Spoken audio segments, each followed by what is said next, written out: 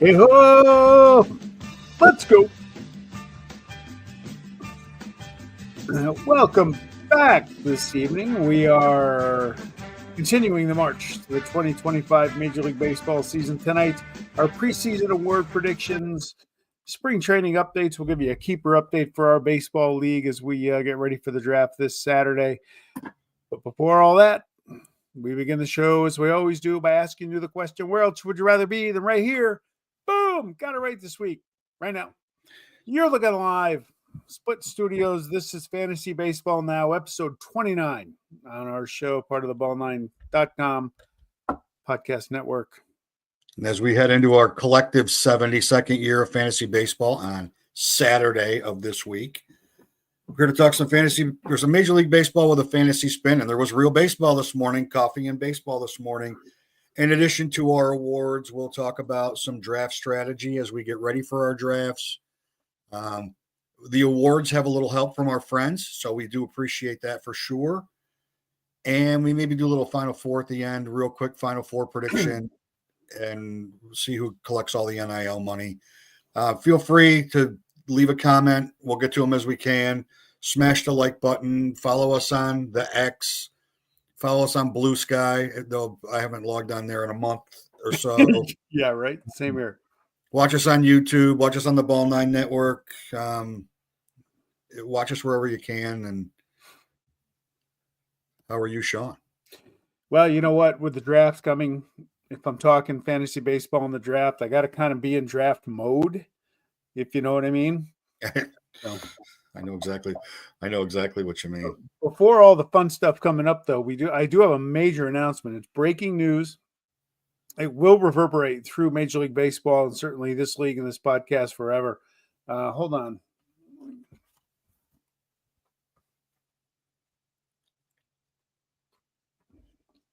Sign me up.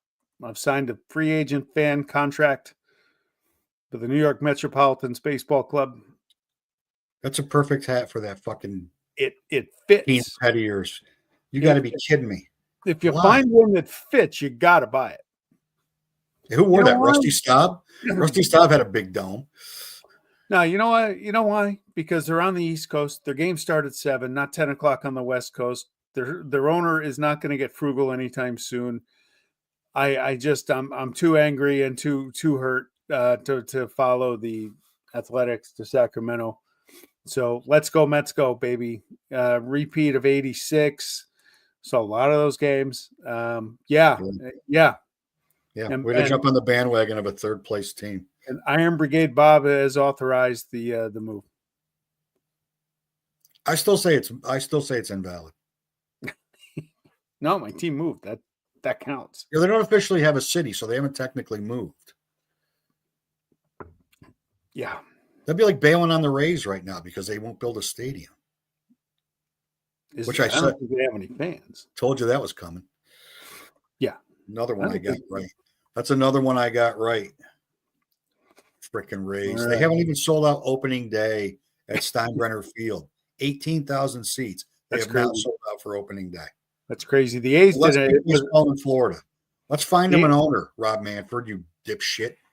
How about the A's with the highest average median ticket price in baseball, which is they can do because there's only 14,000 seats in that place. But that's crazy. Still won't fill it up. No, nobody gives a shit. The percentage will be different. So when they have average of attendance of 11,000, we can say we're 86% of capacity. Yes, 86%. So, numbers don't lie. You can manipulate the numbers any way you want. Absolutely. So as we talk about strategy for draft, and we'll do this in a couple of different ways. So our league, the Tri-State Baseball Federation, which is heading into its 36th season of existence, is a roto draft, is a roto league with 5 saved players, and you can save them for their entire lifetime. It doesn't happen. Players get moved and players get shoved around. So you're already going in with 60 players off the board. And we know as of midnight or as of 7 a.m. on Monday, thanks to one of our owners. Yes. We know who's available for the draft. And there's always surprises. And I think we spent some time last week talking about Garrett Cole's impact on fantasy, and specifically on my team, because he was one of my 5 saved players. Was being the key word there. And as the show was going on, Battlefield Bob of Iron Brigade flipped out a Juan Soto trade offer to me. And within 7 short hours, Juan Soto was no longer a member of the Gas House Gorillas. And I quickly pivoted by moving Juan Soto for Bryce Harper and O'Neill Cruz. And it cost me a first-round pick. But Cost you a first-round pick. But I had 3. You had 3. So I traded from a position of strength to upgrade my 5 keeper players.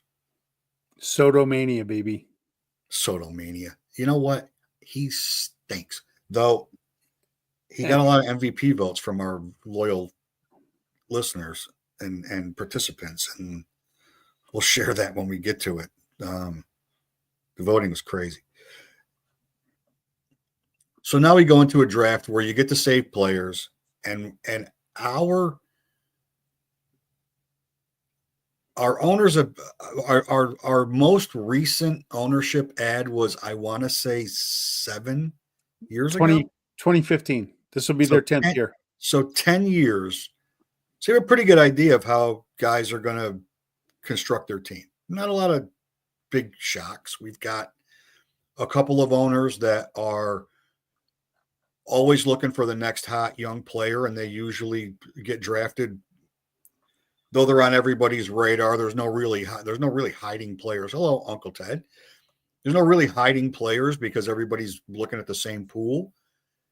But it's the value that you put on those players, specifically the younger players. We've got a couple of owners that they're only taking tried and true guys. Yep. They don't want to take any. They don't take even on their bench. They're not taking, a potential rookie of the year unless it's a sure thing like Skeens or a Jackson Holiday. Who am I? Oh, you're in a main event draft tonight, Ted? I knew you said you were getting ready for it. Here, let's go to your keepers. Following the big trade. Right. Which originated again on the show live. So I've got some positional flexibility in my keepers. As of June 1, if a player hasn't played 20 games at a position, they're no longer eligible to play there. So I go into the season with Jazz Chisholm being eligible at 3rd in the outfield. He's going to play second base. And O'Neill Cruz being eligible at shortstop. And he's going to move to the outfield. So now I got to decide, do I take a shortstop or do I wait and just not take one and wait until May and see if Mason Wynn doesn't get taken, or if Anthony Volpe decides this is the year he's going to break out, or one of those guys like we talked about shortstop. If you don't get one of the first 7, you can just hang around and deal with it, right? You could just hang around and deal with it. I wasn't going to take a pitcher in the first round because I was going to save 3. So now inside those 3 picks I have in the first 2 rounds, I'm going to have to take a pitcher. Yeah. But are there any pitchers left that are worth taking in the first 2 rounds? I don't know. I don't think so. And I've always found it easier to build a pitching staff than to build hitting. I agree with that. I definitely agree with that. I'm going to put mine up there. Turner, I got dirt cheap, I thought, in the offseason. I was a little surprised you saved Lawrence Butler, to be honest with you. No, I love his numbers from last year, and I have an older core, and I wanted to get a younger guy in there. And I traded James Wood. I got a good trade value back on him. I didn't want 2, and I wanted to save Chris Sale. I've just decided I'm not worried, like we talked about. I'm not worried about pitchers getting hurt a lot of them get hurt. So whatever. And maybe, like I said, maybe the Braves have just kind of figured it all out. Maybe the Braves have figured it out a little bit with him. And well, they clearly have. yeah, I think he's the real deal. Sale, but you go back to Butler. I love Butler. Thank you, Uncle Ted. I love it when Uncle Ted likes my stuff because he's smarter than I am. That Kyron Paris. So that's kind of the logic behind it. Getting Wheeler, I loved. Got him in the offseason too. To me, he's the third best pitcher in the game, behind Skubal and Skeens. So did that cost you Skubal to get Wheeler, or had you already traded Skubal? Yeah, it did. It got me a first round pick in Wheeler for Skubal, essentially. Well, I mean, I didn't want to trade Skubal, but I love Wheeler. Why don't Wheeler in years? There's three pitchers you want to take that are at the top of the list before there's a little bit of a break. Yeah, and at the time I didn't have a first round pick. So if you're trading one for another one and you're picking up a first round pick, why wouldn't you do that? Exactly. And as much as I like Skubal, and I think he's my first ranked pitcher in back to our rankings, I think he got the best of him last year. As great as it was, I don't know if he could do that again. He could still be great and not do what he did last year. He's blown people away in spring training, and I know I say I don't put a lot of stock in it. Yeah, but a pitcher coming off a Cy Young award, it's always nice to see that they actually put the work in the offseason and they weren't on the banquet circuit. Sure. Like back in the old days, getting paid for appearances because they needed the $50 or whatever to go hang out at the Hudson Falls Little League banquet, like that kind of stuff that players used to do. And I mean, all three of them are going to be motivated. Yeah. I mean, Wheeler and Skubal are going to be in division races the entire year, and Skeens has a lot of pressure on him in Pittsburgh. Oh, he does. He's got a lot of pressure on him in Pittsburgh. A lot. Uncle Ted Cole Reagans was kept in our league. One of the 60. He was one of the 60, and who'd have thought? I don't remember where he got drafted last year, but it wasn't particularly high. I think this viewer may be delusional. Crochet, DeGrom, and who else? Cole. We like guys that oft injured pitchers. Crochet, DeGrom, and Garrett Cole. Gotcha. Nick Pivetta. There you go. I do like Nick Pivetta in San Diego this year. I really do. So strategies, right? Because there's all different kind of stuff.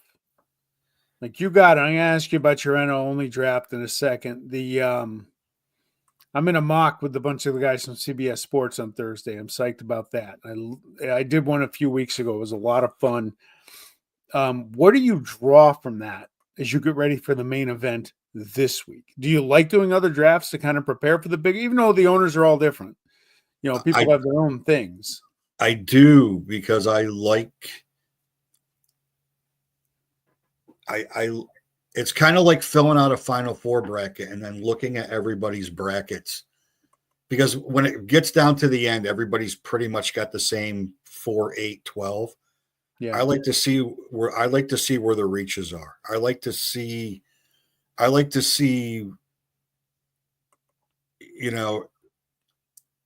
the big man in Massachusetts taking Roman Anthony in the 5th round. Because that's a legitimate thing that could happen in our league.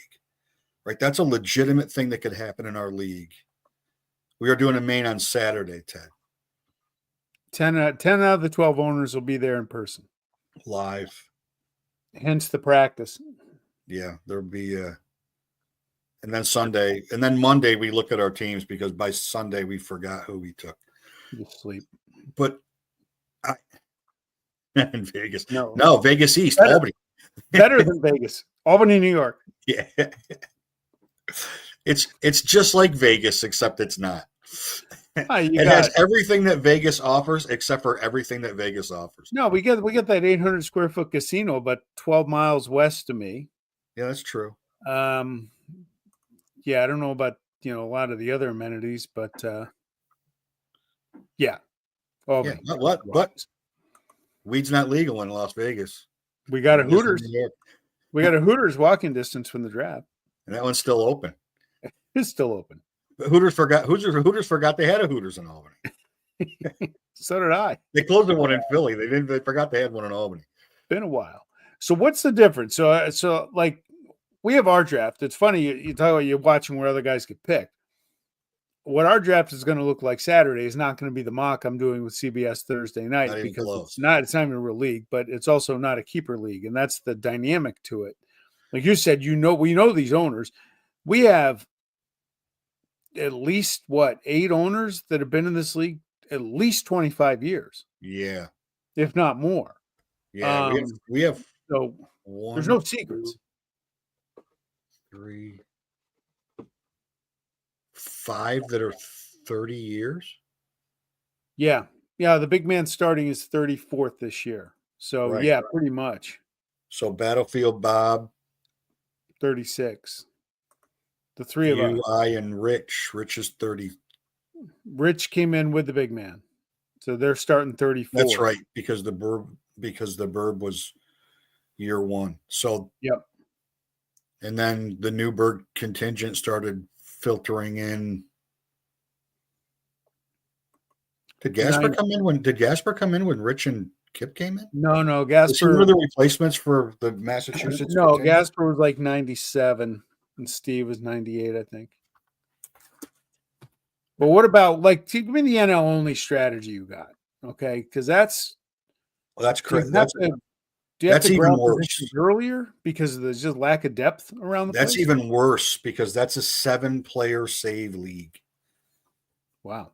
So you're already saving 7, but you can only save them for 3 years. So you sign them, and then they're signed to what the league would call a 3-year contract. Yeah. So you can only keep 7. What if you get a guy mid-year? Do you have to trade him, or do you get him through the end of that year? No, once you get him, the contract starts. So when a player comes in from the American League, which is also part of the chaos of this league, when the trade deadline hits and somebody comes in from the American League and then it's a race to pick them up, that starts the first year of his contract. Okay. So what happens if I get a guy in August? Do I have to trade him or cut him and 3 years later? You can't save him.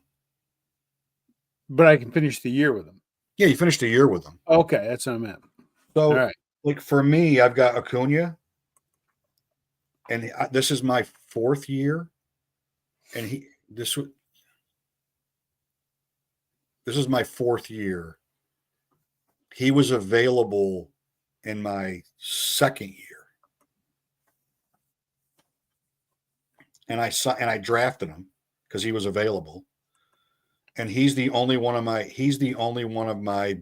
Everybody else I've got, I have 3 years of contract left with him. Maybe it's a 4-year contract because I got 3 years left. Last year I got Mookie, Churio, Vientos, Snell, Hunter Green, and Jared Jones all last year. None of those players were saved for me. I drafted them all because Betts was available. Everybody else that I had either filtered out. Brian Reynolds was the only one of my guys under contract that made it the entire time. Matt McLean would have if he didn't get hurt, but I didn't save him last year because he was injured. Yep. So this is the top of the first round. It's an 8-team league. This was who was available in the first round. Soto came from the American League. Lindor was out of contract. Kyle Tucker. I picked 4th. I took Michael Harris, Austin Riley, Ozzie Albies, Christian Yelich, and Corbin Burns. Okay. And then the 2nd round was pretty chalk, right? And then the 3rd round, you're already 9 players in a National League only league. Okay. And then it starts to get interesting. Now, scoring in this league is on-base percentage is a category and head-to-head, and so are holds. What's up, D-Rod? So I paired up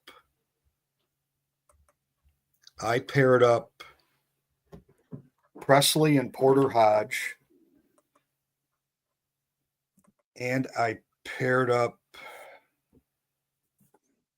I can't remember. McGill and Piamps. So I paired up the guy that's supposed to close with the guy that could and the guy that'll be the setup guy, figuring if they're going to get saves, they're going to get holds at the same time. And if they blow saves, I still may get holds out of it. So one owner has like 2 starters and all relief pitchers. Okay. Figuring if I get a starter that's going to only go 5 innings and I get a reliever that's going to get 3 holds a week and go 5 innings, strikeouts are going to be the same. Okay. In fact, strikeouts might be higher. Maybe. Depending on who that soft tossing pitcher might be. But like when Edmund Sosa's getting drafted in a league and Randall Grichuk and Hector Neris. Yep.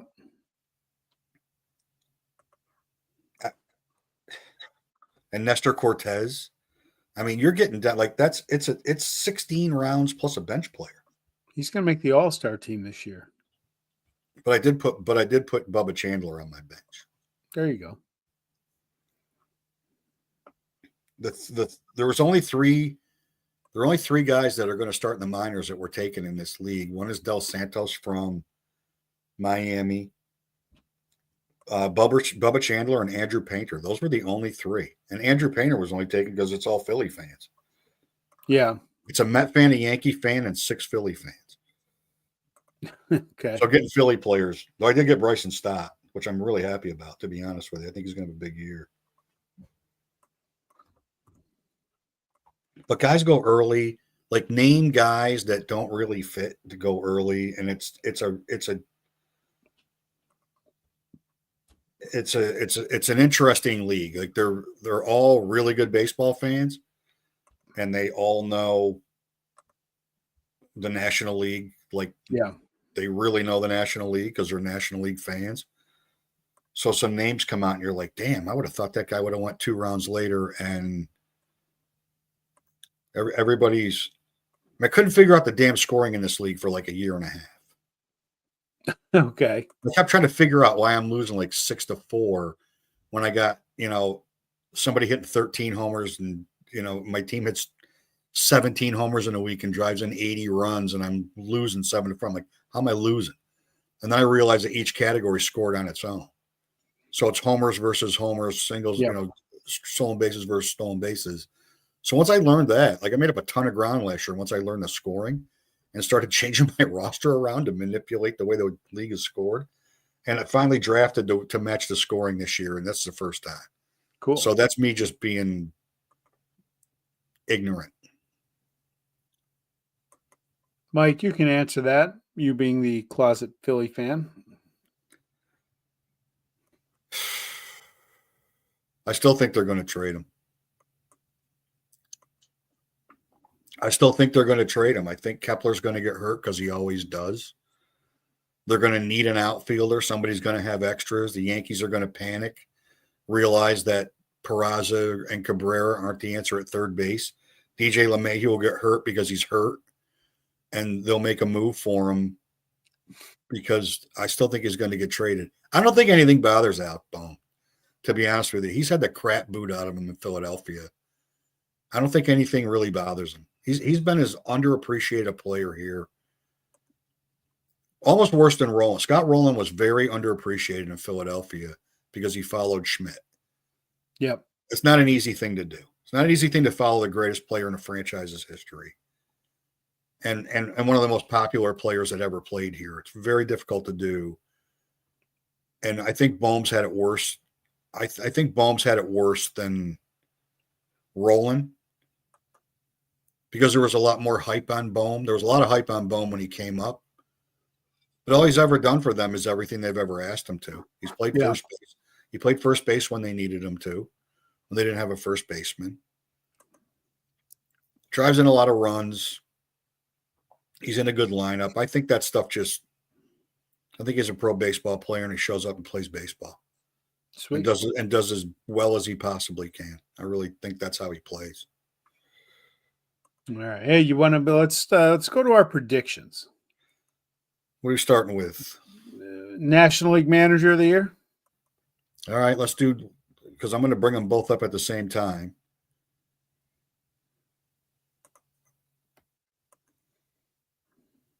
I'll bring, after we do our National and American League Manager of the Year, I'll bring up the fan viewer participation voting featuring Uncle Ted's selections for each. And then I can share who made some of the weird picks. I can't wait to hear the explanation on one of them. D-Rod, you are correct. Not for me. Not for me. Though based on today, I might retract my, based on this morning, I might retract my vote. Because I think Craig Counsell is going to win Manager of the Year. I think that Francona is the obvious pick. Hence is why I picked him. I like Francona in it. I picked the Reds last year to win the division. They embarrassed me, but maybe he's the right guy. Well, he's been the right guy every place else he's ever been, so it'd be hard to believe that he wouldn't be here. He wins everywhere, so yeah, I think he gets him over the hump. I like the Cubs this year. Not based on today, but I do like the Cubs this year. Yeah, guy hadn't given up a hit in 4 innings, no runs. Get him out of there. Yeah, well, he's tired. I know it's opening day, and a lot of emotion pitching in front of you. God, for heaven forbid, he pitched 5 innings, maybe 5 1/3. Yamamoto looked pretty good today. Yeah, he did. Who's your National League or your American League Manager of the Year? My AL Manager of the Year is. Who did I pick? It's a damn good Bruce Bochy. You did pick Bruce Bochy. I did pick Bruce Bochy. I deleted the graphic on that. No, I think Texas they had their blip on the radar last year. I think they're more the team that won the World Series than the team that fell on its face last year. And Bochy's a Hall of Fame manager. I was all in on that, and then they signed Patrick Corbin today, and I am not picking the Mariners to win the West. Yeah, right. That I saw that right before we came on. That's a little scary. There we go. I picked Alex Cora to win Manager of the Year. That is as much of an upset for me personally as it is as anybody that knows me would believe. I think they're going to be good. Yep. Now on this list, the American League, and you can see Uncle Ted showing us up with his graphics, picking Terry Francona and Will Venable, and he's been saying that the White Sox are going to be better than everybody thinks they're going to be for 2 months. He has. Our pal James Christopher, our resident Houston Astros fan, picked Joey Espada. But why James Slavin thinks Ron Washington is going to win Manager of the Year, maybe his thought process is if he survives another season as manager of the Angels, he deserves it. Yeah, we'll see. They're not going to be very good. But the voting for Cotraro, which like M. Nyman picked Cotraro, so you got 3 votes for 3 votes tied in the American League from our panel of the Island of Misfit Toys, and Francona was the runaway participant selection for us, and Dave Roberts got a vote. And was it you? It was not me. You could say it. You know what? What did I say after the World Series? I'm done. I'm not. Dave Roberts is a really good manager, man. I'm done. I'm not trashing him. I won't do it. The job Dave Roberts did with that pitching staff in the playoffs last year, he's a really good manager. Wow, you've come full circle as a human being. It's growth, buddy. It's growth. Every once in a while, You got to get out of your comfort zone, and you got to admit that you have a blind spot, and you got to see past it. And in this case, I did. I think I got there. That's how you can go from finishing like in 10th in our league to 7th. But there is some reverse psychology that maybe if I say he's a good manager, he'll go back to sucking again, and they'll fall on their face. Maybe. All right, you got some comeback player of the years here. That was also all over the place. Okay. And had I seen what happened the other day in the National League, I would have. Yeah, D-Rod. Yes, Roberts got a ring last year. That's the biggest difference. Yeah, and Boone's a dick. Okay. Boone's a good manager, though. Boone is a good manager. Had I seen? Wow. I haven't. By the way, first time I'm seeing all this. Bueller was my first pick for AL. I love him in Boston this year. I didn't pick him I ended up going with Josh Young instead because he was right. He barely played last year. So and I think he's going to have a big impact for Texas. But Bueller was the guy on my list at first. I think he's going to be great in Boston. I picked Trout in the American League. Yeah. Because if he plays 135 games, he's going to finish in the top 5 of the MVP, and he's going to be comeback player of the year. Which would be a nice story. DeGrom is everybody's sexy pick. DeGrom will get a lot of votes if he finishes the season. I have zero confidence that he's going to finish the season. None. Yeah. I don't have any confidence that Jacob DeGrom is going to finish the season because history tells me he's not going to. But had I seen Spencer Strider pitch the way he did the other day, yeah, before I picked Sandy Alcantara, I would have taken Spencer Strider. Holy smokes. I got Austin Riley. But yeah, I Braves. can't argue with it.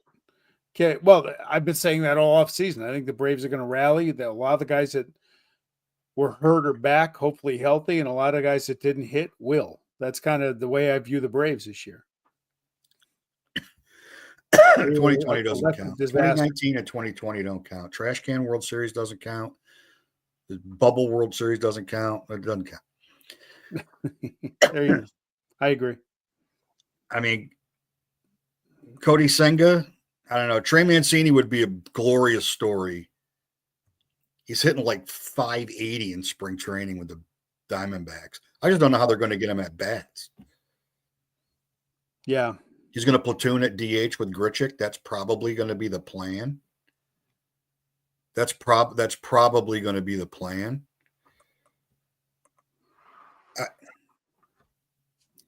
There are a lot more candidates this year than there usually are. Yes. And big name candidates. Like Seth McClanahan could easily win it.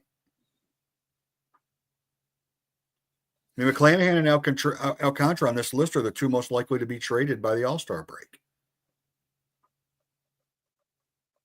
Because if they're healthy and dealing at the All-Star break, they're both going to get traded. That's another Yankee trade. They're already talking to him. He'll end up in Los Angeles. The Dodgers will get him. Sure. They need him. After Snell, Kershaw, Glasnow all get hurt, they'll trade for Alcantara. It's got to really bother you rooting for a team that's just so damn frugal. Unlike me and my Mets. Unlike me and my Mets. They did such a great job in the offseason that they converted a closer to a starter. And that's their opening day. Their opening day starter. What the Clay Holmes should be on this list. Comeback player from purgatory to the best team in town. Well, I'm surprised you didn't have him as your Cy Young Award winner. Thought about it. I wasn't a Mets fan yet. I've only been a Mets fan for about 29 minutes. Officially. Yeah, I've only been a Met fan since 8/31.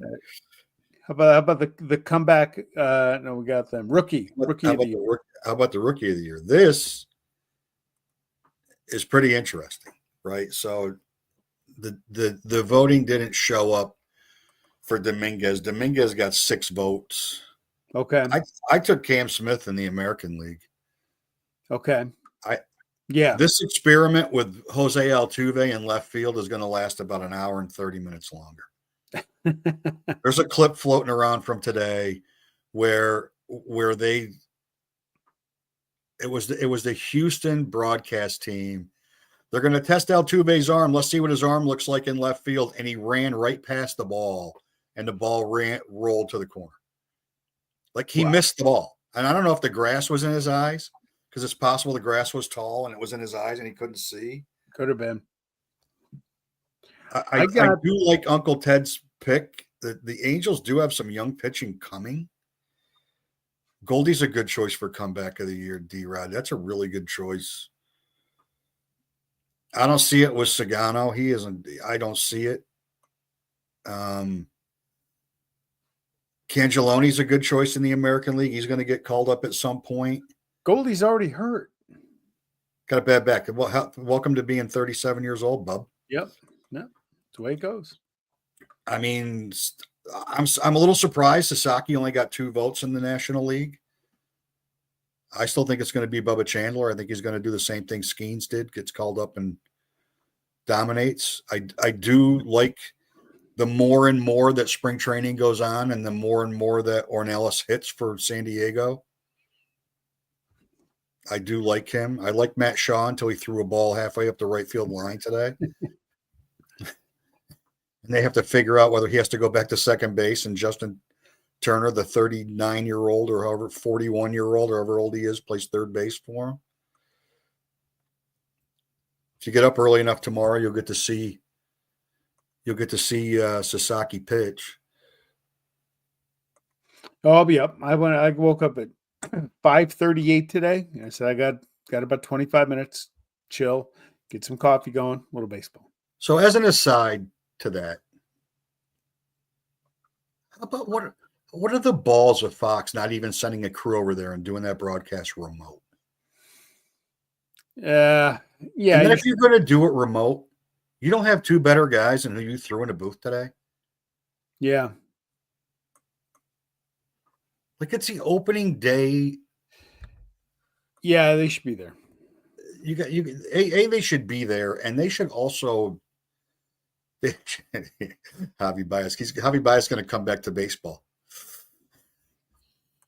They should be there, and then Fox doesn't have a better baseball crew than what they decided to roll out there this morning. Well, I don't know why they wouldn't be there. That's just crazy. Well, who is their main crew? Matt Verstergen and Smoltz. Okay. Smoltz had a tea time at 6. He's not giving that up. I can't even tell you who was on the call. I don't even think I listened to it. I think I had it on mute. You better to do play-by-play in your own head. Yes. Than AJ Przinsky. Holy cats. Good God. All right. It's not good. Oh, I got Cruz was one of my guys. I like Jackson Jobe in Detroit. I think he's going to get himself a spot in the rotation, and he's got an attitude. I like that. Yeah, he may end up being their closer. Believe it or not. I like that. Okay, yeah, he can bring it. I think they'll find a role for him. They may need him in the rotation because Matt Manning and Casey Mize, no bueno, man. No, that's those 2 prospects are no longer prospects. No. All right. Cy Young. I did ask my pal in Houston if he wanted to change his pick from a month ago from Garrett Cole.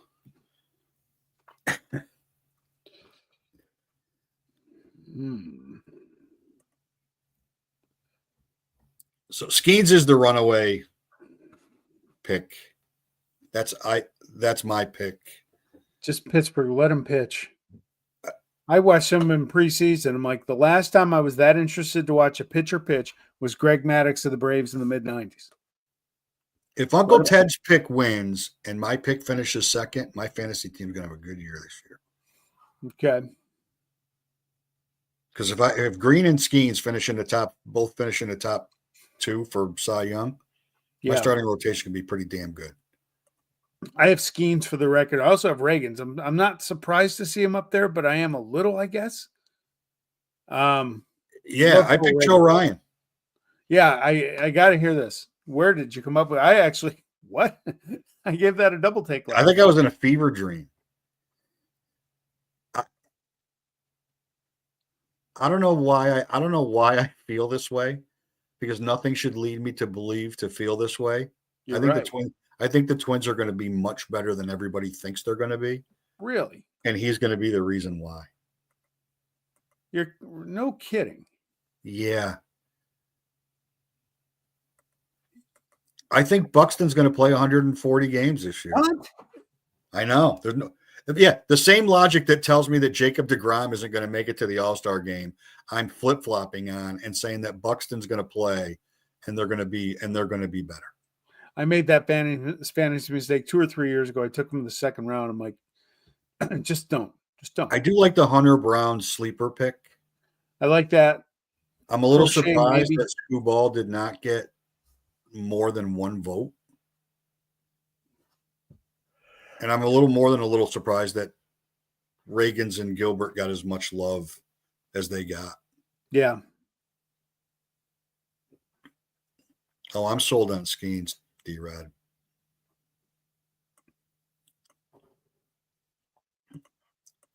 That cheater added 2 more pitches to his repertoire, and they're both they should both be illegal. Yeah. It's terrifying. I enjoy watching him pitch. I really do. Maybe I'll catch a break in that Saturday game. He'll pitch. I don't know if he's lined up. I know he's starting opening day. That's a big shock. Well, I don't know what's compelled major league teams to videotape telling starters that they're getting the opening day nod and everybody being like shocked. I can't believe Skeens is starting opening day. What's the other choice? Yeah, right. He's arguably the most exciting pitcher in baseball, and like you were going to give him the opening day start. Well, no kidding. I would think so, even though it's on the road. So I don't know if he lines up for opening day in Pittsburgh too, which is that Friday. Or if I get a break, maybe he pitches on Saturday. What weekend are you at the games? I am there August or April 4th, 5th. Okay, I thought you were there the first weekend, and then I saw the schedule the other. I'm like, they're not playing at Pittsburgh. No, their first weekend. Their home opener's that Friday. All right. Okay. Yeah, that'd be awesome to see him.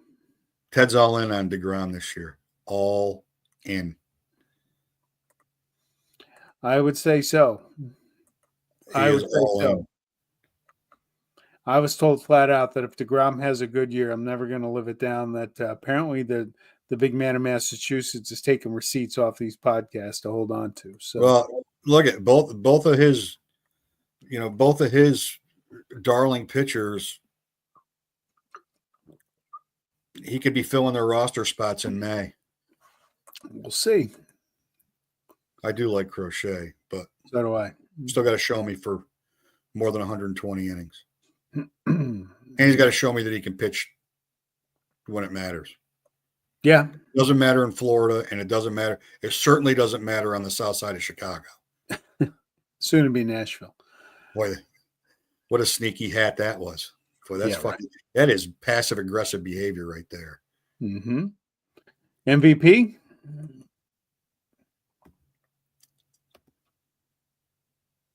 No surprise. Shohei got all the votes. Not from me. Kyle Tucker's a nice little sleeper pick.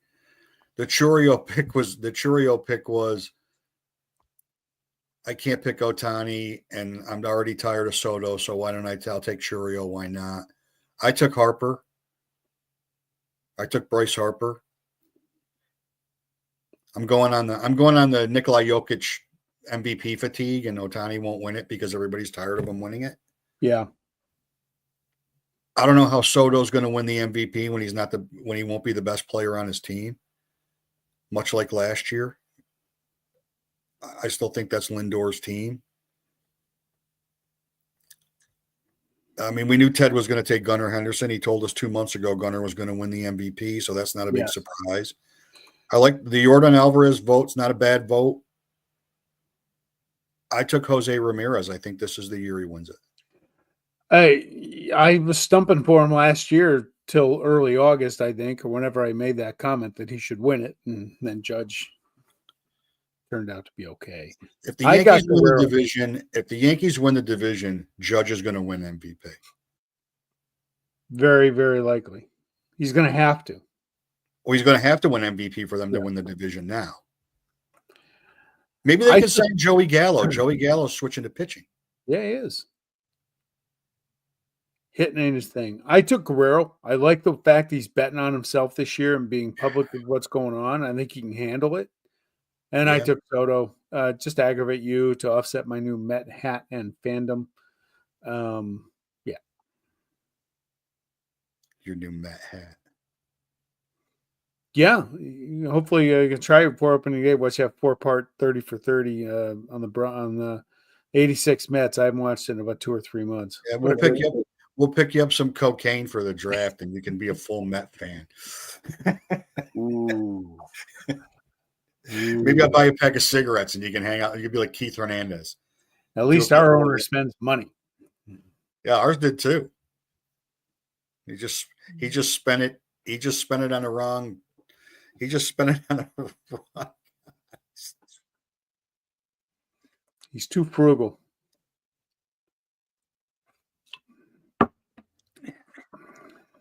It's hard to fathom that Ohtani doesn't win the MVP, because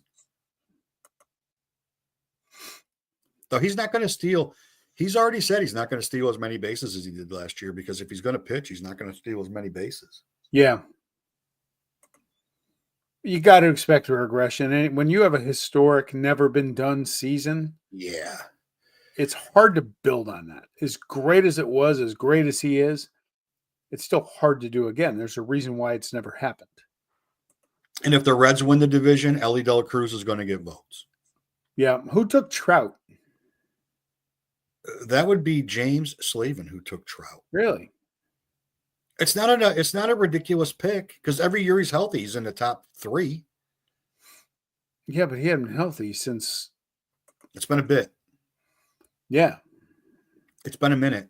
It's been a minute. It's been a minute. I like Gunnar Henderson. I like him a lot. I do not think I think the Orioles are going to be a massive disappointment this year. Yeah. Yeah, they didn't do anything. They didn't do enough. They did nothing. So Grayson Rodriguez is throwing. Yeah. Which is a positive thing. Like, they started a throwing program. That's a good thing. That means he'll be back at some point. I mean, they're resting their laurels on Cade Povich. Good luck. Good luck. Kyle Gibson will be back there in June. I mean, Zach Eflin, yeah, okay, he'll give you innings. Yeah, not necessarily be that good, but he'll give you some innings. But with that lineup, that might be all they need, right? It's just I still don't trust the bullpen. Charlie Morton is serviceable. He's serviceable. He's 39. I know. I'm trying to make a case for him. But yeah, they're going to have to hit their way into the playoffs. They've had, since the trade deadline last year, to wildly improve their outlook, and they've done nothing. They've done nothing except hoard young talent that they had to send Colby Mayo back down to the AAA today. All they got to do is send Mayo. And make the team. They could send Mayo and Kjerstad to Miami for Alcantara tomorrow, and they'd fix everything that's wrong with their team. Yeah. They'd fix the glut, because Kjerstad's making a case to make the team. Like, how this is 3 years in a row for that. Yeah. Yeah, they just don't get it. They don't get it. You can't play all the kids. There's just not enough room. You don't have enough spots on the field. And you can't keep moving them around. I mean, Westberg's going to land at third base. Westberg's going to be a great pick. But I mean, we didn't talk about Scherzer or Verlander for comeback player of the year. Scherzer's hurt with like a thumb blister or something, but Verlander is absolutely dominating in the spring. Yeah, we'll see. He's just. I mean, we'll see, but it's a pretty good sign that he's throwing the way he is. And for me, it's a good sign because Cole's not any different than Verlander in the way they approach pitching. Is Verlander draftable in your view? He's not on my list. I am. He can be doing well all he wants. He's just too old. He wasn't until a couple of days ago. Go for it. Take. I will not. I won't be taking him. Somebody will, though. Somebody will. Someone will take a flyer on him. I got two candidates that would take a flyer on Verlander in our league.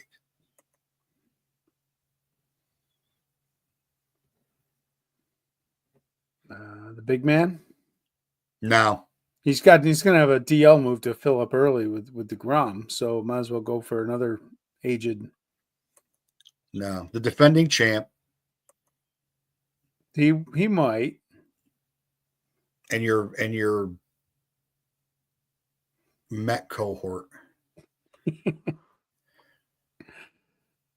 Let's go, Mets go. I could see Iron Brigade 15th round taking Verlander. Who knows? I don't know. You know what, though? You get that late in the draft, take a flyer. I won't. Yeah, you're filling out your bench. So that's the other part of the strategy, like coming full circle, is you're filling out your bench. And half the league takes proven commodities to replace the reaches that they took in the top half of the draft. Yep. Or oft injured players that they know are going to get injured, or guys that they took that they don't like all that much, but I took them anyway. And the other half takes young, first, second, third year breakout players trying to catch lightning in a bottle in a 1 for 5, right? I need one of these five to break out, and it was worth the pick because I'm not going to play those other four guys anyway. So I'm just going to reach with those four. That's me. I reach with my bench all the time. Sometimes you want to take a sure thing, kind of good backup, good insurance.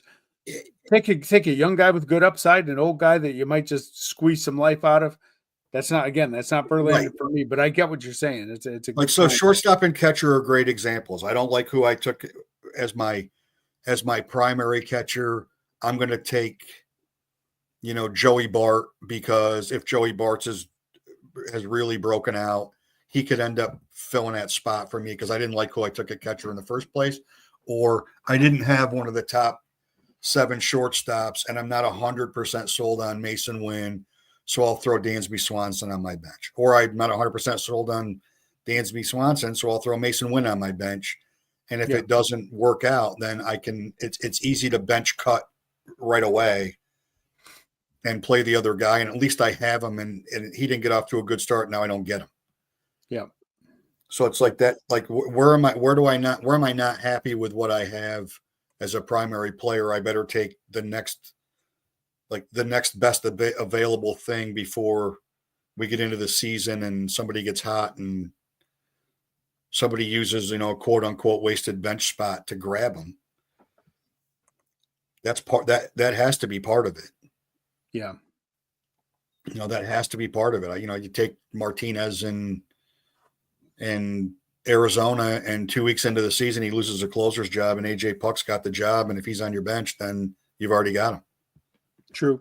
Very true. Tucker Barnhart. He was a top catching prospect, and Stevenson supplanted him, who is now injured. That means that former Yankee Trevino will be the starting catcher, and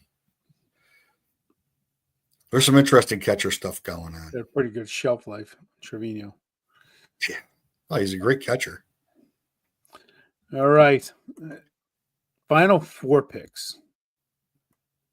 Dude, I'm Next all week, by the way, next week, update on our draft real quick, and then other stuff. And we'll just be a few days away. We'll plan next Tuesday. Yeah. Okay. Be ready. We should be recovered by Tuesday. Hope so. We'll give you we got to do World Series picks and all that good stuff, right? Yeah, we will do that next week. All right. And the home stretch on drafting. Get those late weeknight drafts in. Yeah, some roster surprises, guys that got sent down, guys that got cut. Sure. This is a week for trades. If there's small trades that get made, they get made this week too as people fill out their rosters. This guy's out of options. I can't keep him anymore. I got to trade him. That kind of stuff comes up. He's not going to make our team. He's out of options. All right. Who's atop your brackets? I have all 4 number 1 seeds atop my brackets. I get that. I do. And the one number 1 seed I don't have. 4 number 1 seeds. Yeah. I can't make a case. I can make the case I can make the most for a 2 beating them. 1 is Michigan State beating Auburn. Can see that very easily. I can't make a case as hard as St. John's plays defense. They could lose to Texas Tech. I can't see them beating Duke. No, they got Florida. They got Florida. Florida's humming. Florida's really good. Florida's really good. I can't stand the Gators, but they're really good. I mean, Tennessee scores 1 million points. Yeah. I'll feel a lot differently about any SEC team after the first weekend. Who you got cutting down the nets? Who plays who Monday night? It depends on what bracket you ask me. Give me your main bracket, your go-to bracket.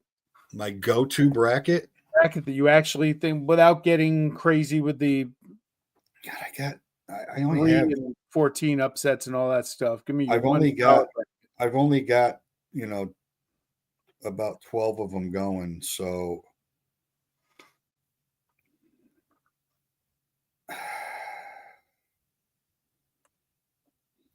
Patino's a great coach, D-Rod.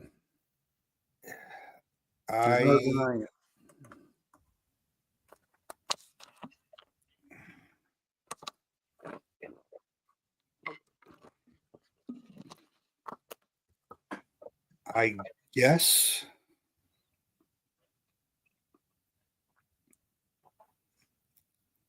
my main bracket is Houston over Duke. That's a semifinal matchup, right? I can't find because you can't because I don't print these. I can't remember who.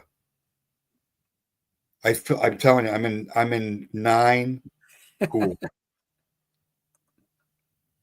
I'm in 9 pools. Like it's friggin' ridiculous.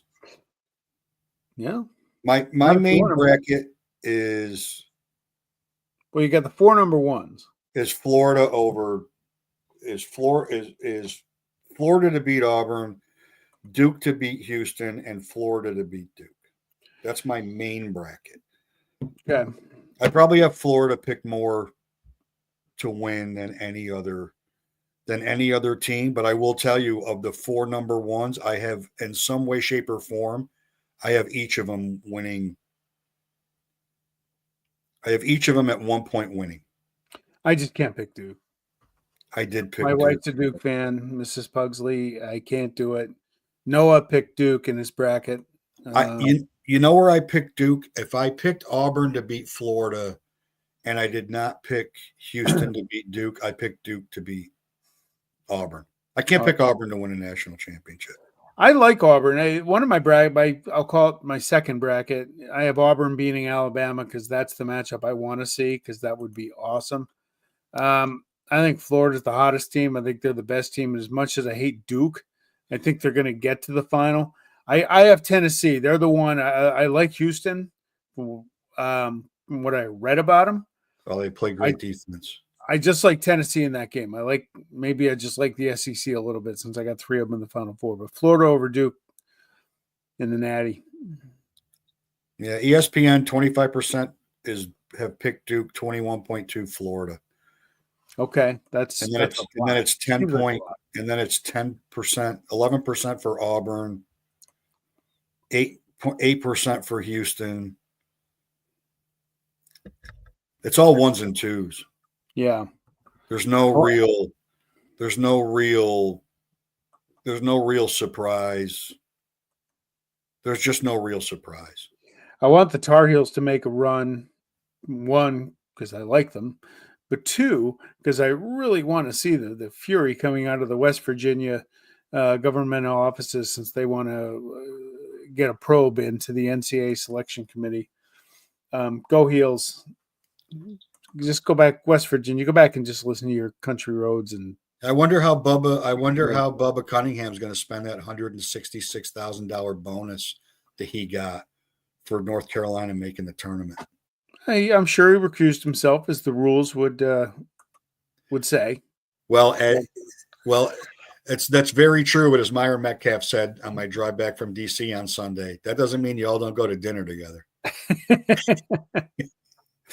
Not being in the room when they're talking about your team is one thing, but y'all go to dinner together while you're hanging around.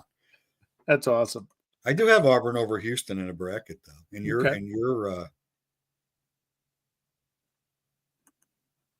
In your pool. Yep. I did finally find mine. Florida I have the most. Yeah, I hate them, but I like them in this tournament. They're going to win it. All right.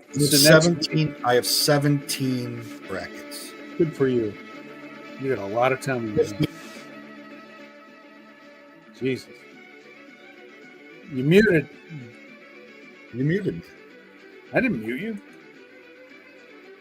17 brackets. All right. Well, you still got a day plus to add to that total. I'll get in another one. Don't worry. Next week, updates from the 36th annual TSBF draft. Looking forward to it. Yeah, we'll get ready for opening day. Yeah, Ted, send us your team. I want to see who you got. I want to see who pick 6 was. Probably Juan Soto. Thank you, D-Rod. Next week you can sing us on the way out your country roads. And yeah. John Denver. Great song. Thanks, Great song. Thanks, All right, West Virginia. Go Tar Heels. I'm sick of that song.